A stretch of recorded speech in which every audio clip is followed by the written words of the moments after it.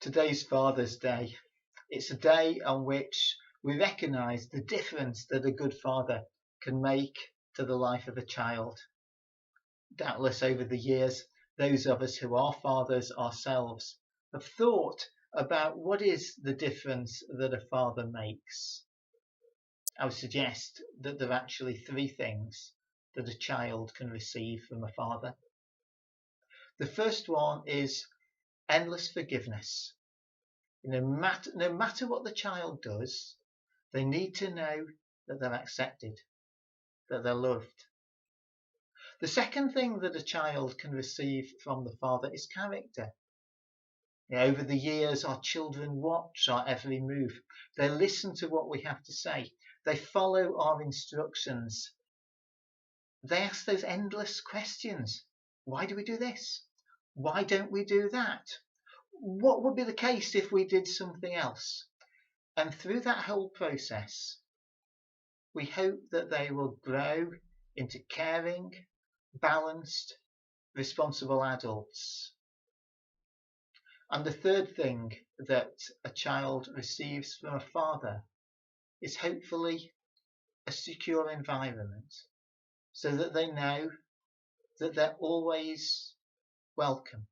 There's a home where they belong that's always there for them.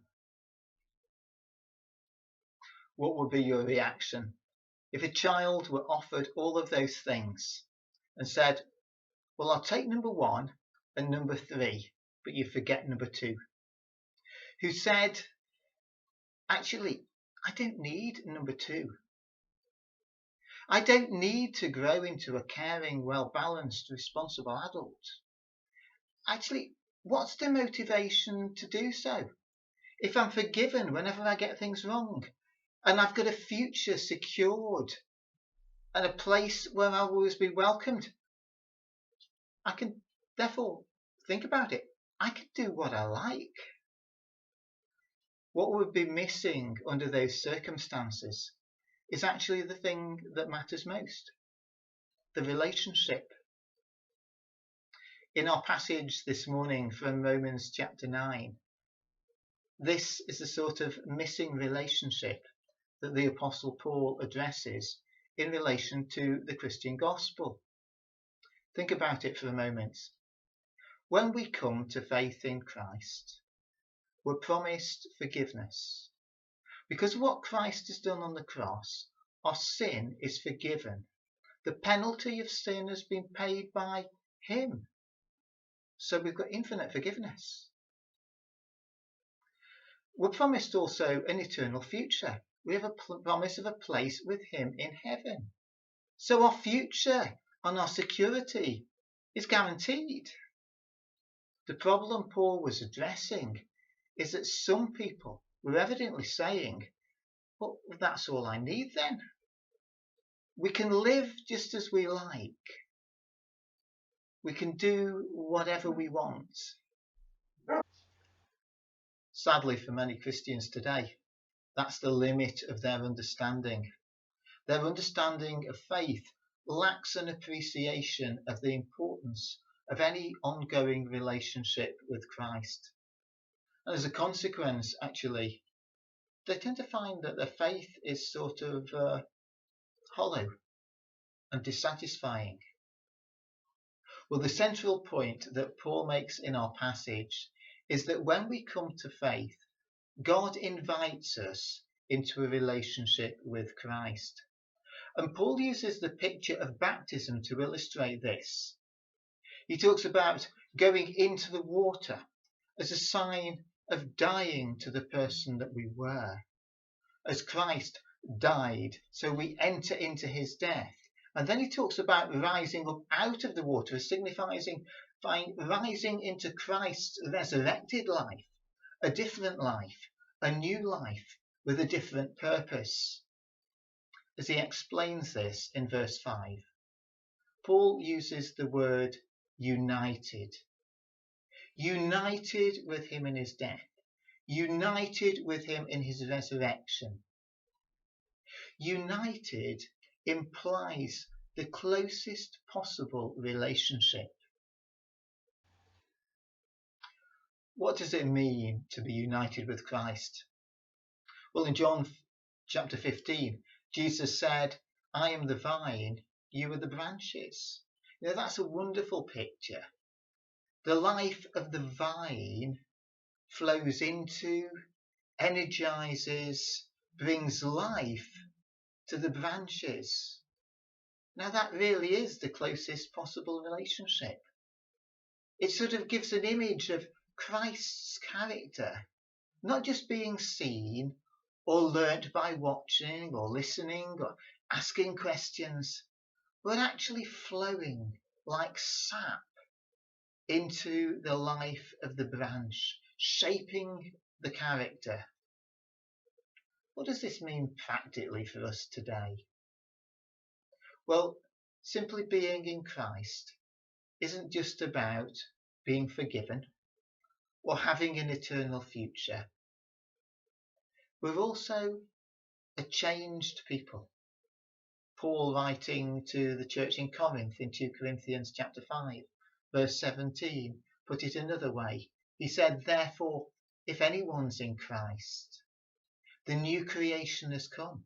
The old has gone. The new is here. If we're in Christ, we're a different person. And that very fact motivates us to live differently. As a new person, we look at things differently. We say, well, that's not me. Maybe there was a time where that sort of thing would have been me, but not now. I might have lived that way in the past, but no longer. As a new person, I'll now say no to things that I might previously have done without giving it any thought. I might say yes to opportunities that would never have appealed to me in the past. What we find is that we're now a child of the Father, developing the character of the Father. As Christians, we're united with Christ. You were the Word at the beginning. One before the Lord Most High. Your hidden glory in creation, now revealed in you are Christ. Your name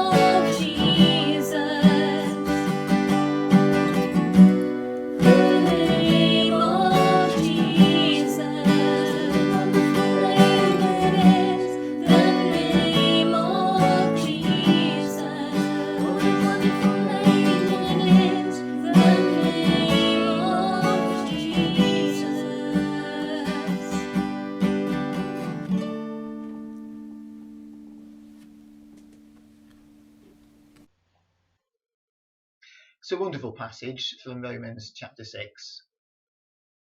I do hope that you're able to join us for one of our Zoom sessions throughout this week, where we'll be looking at this passage together, thinking about what we can learn from it and how we might apply it. It'd be nice to see you there. Details of how to join the groups, as always, are on our website.